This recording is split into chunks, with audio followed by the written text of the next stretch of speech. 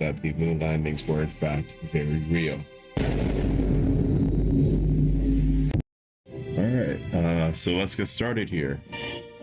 Believe it or not, this is not the actual Saturn V that put astronauts on the moon. Who would have knew? So the actual Saturn V stood at 363 feet, had a diameter of 33 feet, had a mass of 6.5 million pounds, and could bring 95.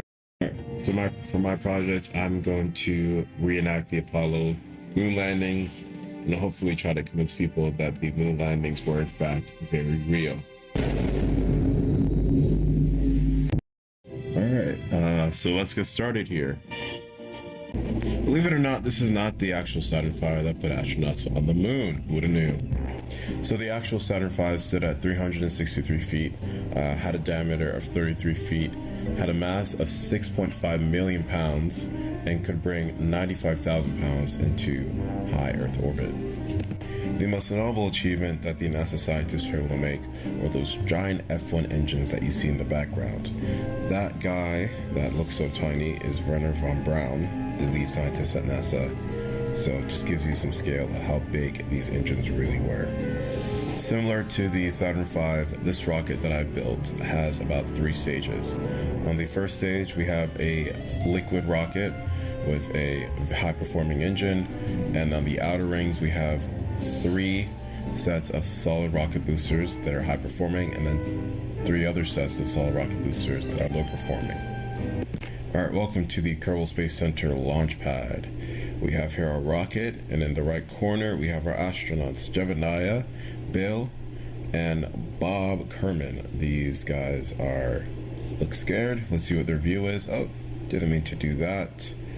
My bad. Yeah, this is their view. Looks pretty chill up in here. You know, the boys are chilling. Just a quick ride to the moon with the boys. Looking over at Bill, and looking over at Bob. Morgan, straight-faced, making sure that we're all good. So we got a good nighttime launch here.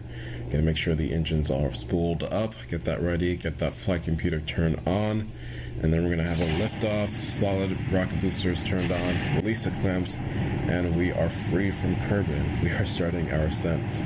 So you might be thinking, how does this whole rocket thing work? I'm kind of in the same boat as all of you. I'm not a rocket scientist. You know, it's when I'm just in the same boat as all of you. But I did do some research, and basically what it does is you have this hot gas that spews out of the rocket, which is exhaust, and that pushes against gravity, giving you lift.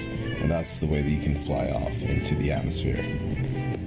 Here we can see the mapping of what the Apollo 11 orbit would look like if it was mapped out.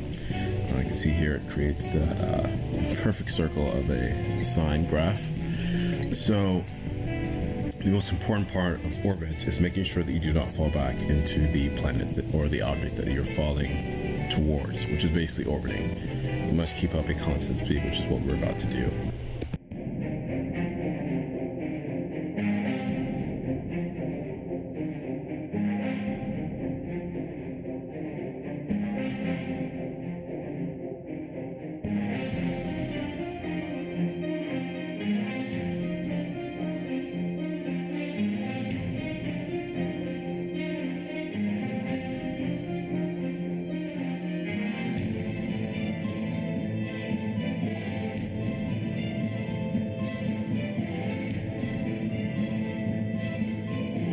So with the time lapse over, what we basically did was we got up into orbit. Right now we are circularizing our orbit. We don't want it to be as elliptical because that's very inefficient for rockets. We want it to be as circular as possible for this.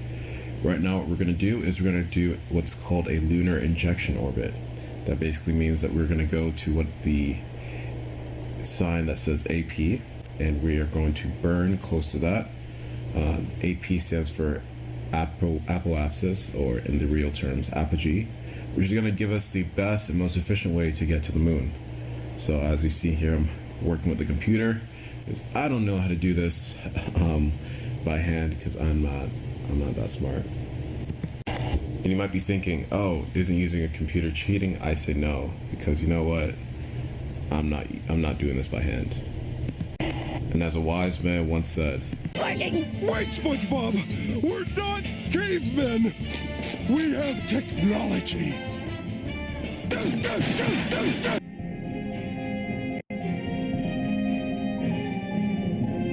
With the calculations made in the flight computer, we're gonna warp to our destination point for our burn.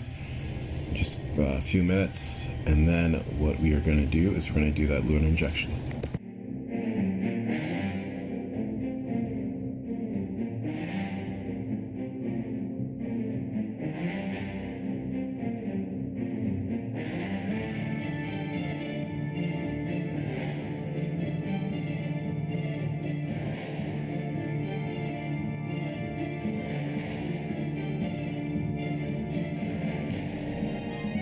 Alright, so we have arrived at the moon, but we gotta slow down because at our current orbit and trajectory, we are gonna fly past it and end up in deep space. So right now we're gonna get a nice stable orbit, and then we're gonna start the landing so that we can finally do what we came here to do.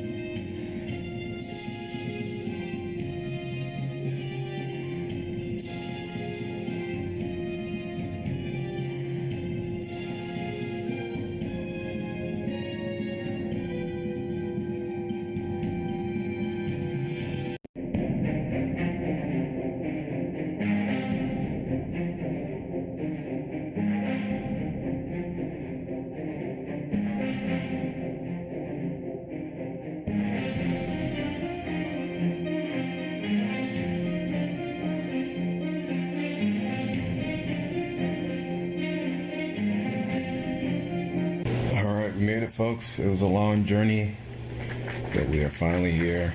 We have touched the moon. We've done it. So, disclaimer, this is the actual command module, and this is the lander module. It came in 2 pieces on the Saturn V rocket, but I don't know how to do that, so we're only doing 1 piece today. Alright, and the time we've been waiting for, the first carbon to set foot on the moon here, it's going to be Jebediah, of course, the GOAT. He's a bit drunk right now. You know, he can't really, a couple hours in space does that to you, but as you can see, the gravity is very low here, just like on the real moon. It's simulated to be 1/6 the gravity on Kerbin. So yeah, we're gonna lower the visor on this boy, take some samples, take some reports.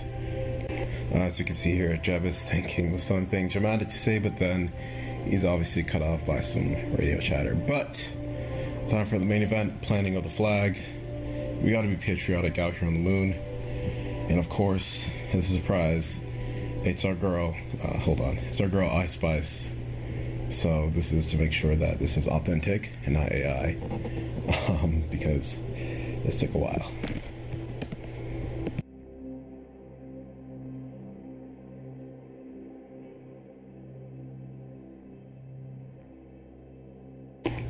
But after all that, we gotta bring our boys home. We can't pull up Matt Damon here. We gotta bring him back to Kerbin and bring him back safely.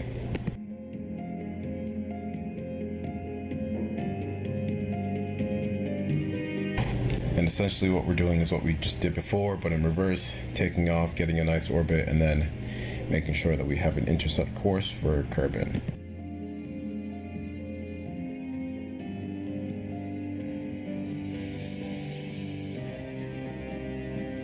Another thing you might notice is that we are on fire.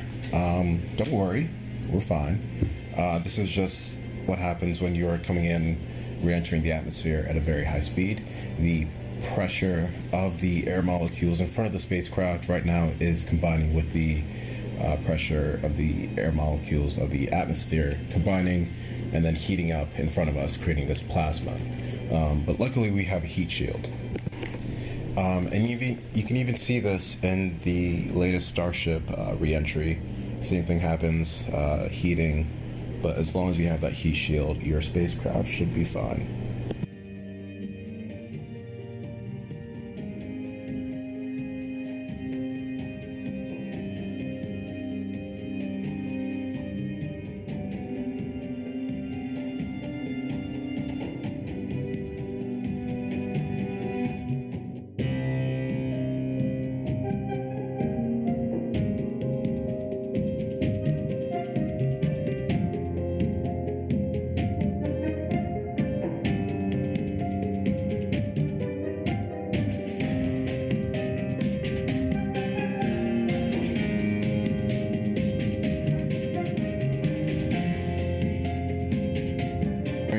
that is a wrap, folks. So thank you very much for joining me on this project to recreate the conditions that the astronauts kind of experienced, not fully. It's a very simplified version, but hopefully you get the point.